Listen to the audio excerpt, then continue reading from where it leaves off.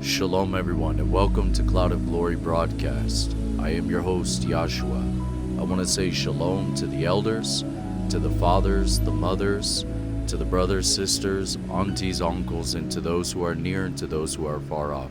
We want to say shalom unto you. This is a broadcast dealing with the hard questions within doctrinal points of the faith of Yeshua and keeping the Torah.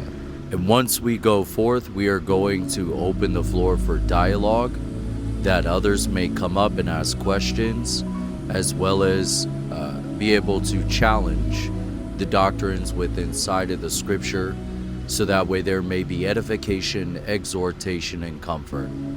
So I just wanted to say welcome to each and every one of you. Be blessed, and let us go forth. Be able to actually be intellectually challenged on our topics. That's why he says iron sharpens iron. That's how we learn if what we believe is true or not. We talk about it. That's how we grow. That's why then they're all in trouble. All of them are in trouble because what they're doing, the word says that they will be judged or justified by every word that proceeds out of their mouth. That's New Testament. Now, in order to understand the covenant and what the contents of the new covenant is, do we have to go to the prophets, Nate, in order to understand? Because the prophets prophesied of it. Yeah. Okay, so in Ezekiel 36, in Jeremiah 31, it explicitly tells us, Yahuwah Elohim tells us, I'm going to make a new covenant with you. And a part of this new covenant, I'm going to put my spirit inside of you. And he says, I will cause you to walk in my laws, statutes, and judgments. That's the English translation. The Hebrew translation, which is what it was written in, was the Tanakh, or the Torah, the mitzvot, the instructions, which what you all call the law of Moses. So a part of this new covenant, he says, I'm going to give you my spirit, and then my spirit's going to cause you or help you to walk in my Torah, in my laws, statutes, and judgments.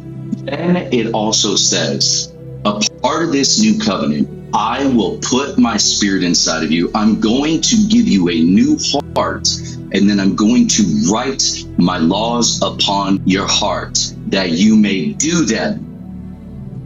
Okay, so now I just want to make sure, do we agree on the fact of what prophecy says about this new covenant? Do we agree so far with the prophets? Agree. Okay, perfect. Can you go to Deuteronomy chapter 6, verse 5? Remember, the law is written upon our hearts. So let's find out what the law being written upon our hearts looks like. Because what they were trying to say is you don't have to obey the law. Now, this is a problem because now this violates Yeshua's teachings. This violates the word of the Most High God, where he says, do not add nor take away from the book of this law, otherwise you shall be cursed. But yes, if you can, go ahead and pull up Deuteronomy chapter 6, verse 5. Look at this. Okay. I see, and thou shalt love the Lord thy God with all thine heart, and with all thy soul, and with all thy might. And continue to read if you can, please. Okay. And these words which I commanded thee this day shall be in thine heart. Ooh, what words? And these words, love God with all thine heart, and love with all thy soul, and with all thy might. Now, before the Deuteronomy chapter 6, verse 5, which says, love Yahuwah Elohim with all your heart, mind, soul, and body. Now let's go to Yeshua's teaching, because we're going to understand this in full context. In Matthew chapter 5, Yeshua says what? What are the two greatest commandments? Love God and love your neighbor as yourself. Right. He said, love Yahuwah Elohim with all your heart, mind, body, and soul. And the second is likened unto it, love your neighbors, you love yourself. Off of these two commands are the law and the prophets, meaning that if you obey these concepts, these two separate concepts, okay, then you're going to obey the fullness of the law. James chapter 1, verse 27 explicitly says, pure and undefiled religion is this. So first and foremost, James, the brother of Yeshua, the brother of Jesus, literally tells us and says there's a pure and undefiled religion. And he says, pure and undefiled religion is this, to be there for the fatherless and the widows in their affliction. Now, let me ask you that.